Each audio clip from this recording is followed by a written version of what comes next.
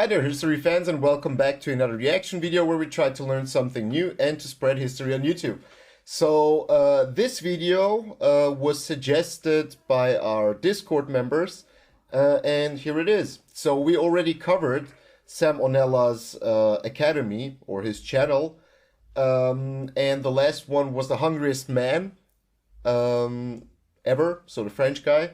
And today we have the topic World War II's unluckiest ship, the William D. Porter. I didn't watch this video before, so I imagine it's either British, because of the name, either a British or an American ship. But I'm really interested what and why is it the unluckiest ship in history. And yeah, as always, I would like to hear your input on the topic, comments in the comment section below, corrections, additional information that you maybe know, and also take part in the polls that are going to be in the upper corner of the video, and let your voice be heard. And also you can suggest videos in the comment section as always. So let's just jump into the video. And yeah, the original video is going to be in the description below. The link to the video, so please go give Sam Onella a view and a like, because I think he really deserves it, because he talks about really crazy stuff in history, but it's kind of interesting. And I also asked you guys in the last video if you like history that isn't mainstream, so some weird topics that aren't talked that much in history, about history, and you all said like it was, I don't know, 100% was the answer yes. So let's jump into the topic. Video is sponsored by Skillshare.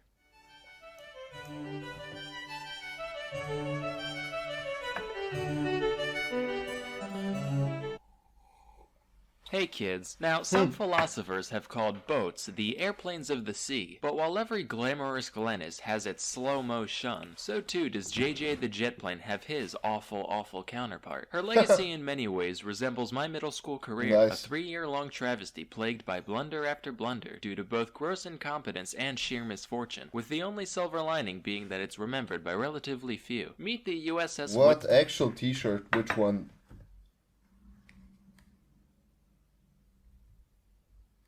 Really? With a troll face? Meet the USS William D. Porter, nicknamed the Willie D, Okay, which was so a we're perfectly talking acceptable about alias in the days before Don't Ask, Don't Tell. She was a Willie Fletcher-class D. destroyer, which, if you know Fletcher as well as I do, you know he's pretty high-class at destroying. Like when he snapped off my DS screen during summer camp because he was trying to get a better look. Didn't even apologize. He was just like, well, you're not supposed to bring video games to camp anyway. Even though everyone did. Fuck you, Fletcher. You were a counselor. You're supposed to be more mature than us. You're the reason I grew up with a lingering resentment towards authority. And my only reprisal is that I got to draw you as a disgusting fat lard for millions of people.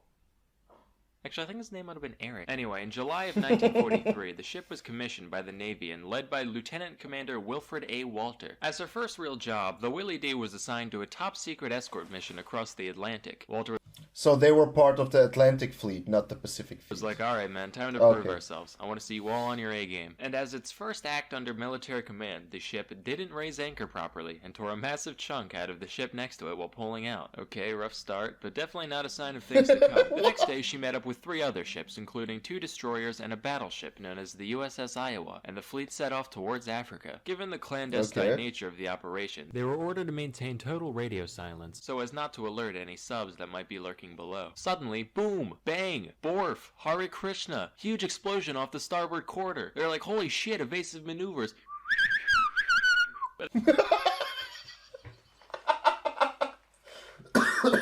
Nice. Nice. Let's look at it again. Off the starboard quarter. They're like, holy shit, evasive maneuvers. But after however many minutes, the transmission comes in saying, hi, this is... Oh god. Yeah, during the Second World War, German U-boats were always a problem for the Allies, but eventually they will figure out the radar and different techniques how to detect them.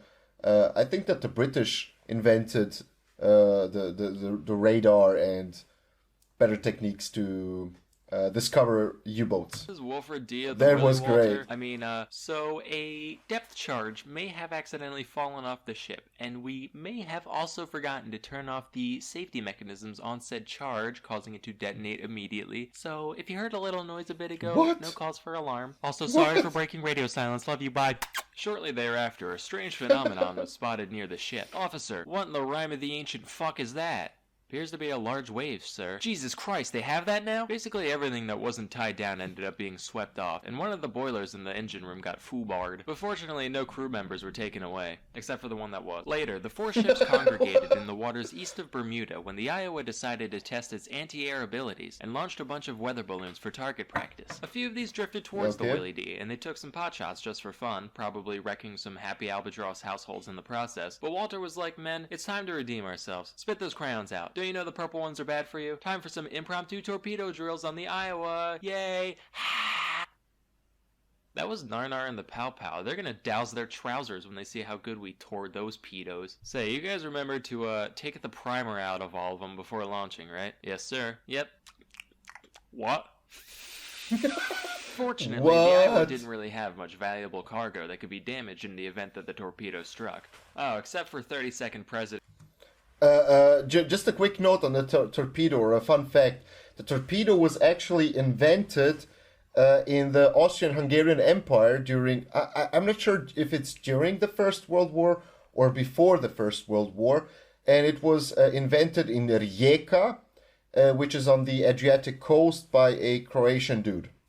So yeah, it was actually an Austro-Hungarian invention. Valuable cargo that could be damaged in the event that the torpedo struck. Oh, except for 32nd President of the United States Franklin Delano Roosevelt, who was being escorted to Cairo as the whole point of the mission. The next 5 minutes aboard the Willie D were just total fucking chaos. Humid sacks of rice, hogs and bats sniffing each other, massive stereos. Commander, we really should radio them. No! I am not breaking any more rules! Do the flashy light thing!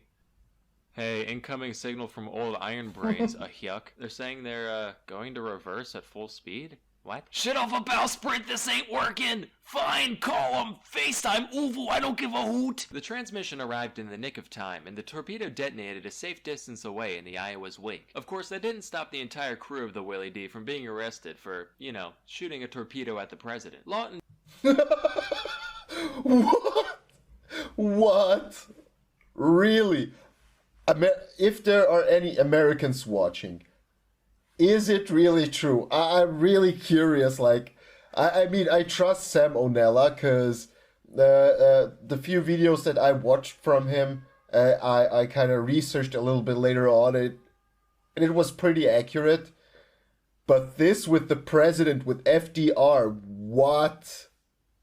For, you know, shooting a torpedo at the president. Lawton Dawson, the Elmer's eater from earlier, was initially sentenced to 14 years hard labor, till FDR came out and was like, no, it's okay. Boys will be boys. But we are sending you and the rest of Carnival Cruise Line to Alaska, where there's fewer things to ruin by being yourself. Get it, Carnival Cruise Line? Because you're the worst. And also clowns. So they kicked it for a while in the Aleutians, otherwise known as the Tale of the Pregnant Rat that makes up Alaska. This went on mostly without incident, except for when they were anchored outside an officer's home during a New Year's Eve party, and a sailor got drunk and decided to fire off one of the 5-inch guns for a laugh, ended up sending a bunch of his geraniums straight to hell where they belong. Other than that, smooth sailing. Then they hung out at the Philippines for a bit before Central Command was like, alright, looks like you smoothskins are ready for actual missions again. Except you're going to clown college. And the Willie D was sent to the Battle of Okinawa under the leadership of some guy named Charles. Here they actually did some worthwhile stuff until June 10th, 1945, when a kamikaze began to dive towards them. They weren't able to shoot it down, probably because it wasn't American, but it crashed in the water somewhere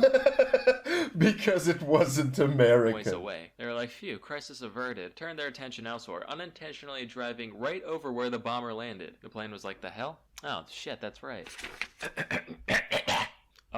Bonsai.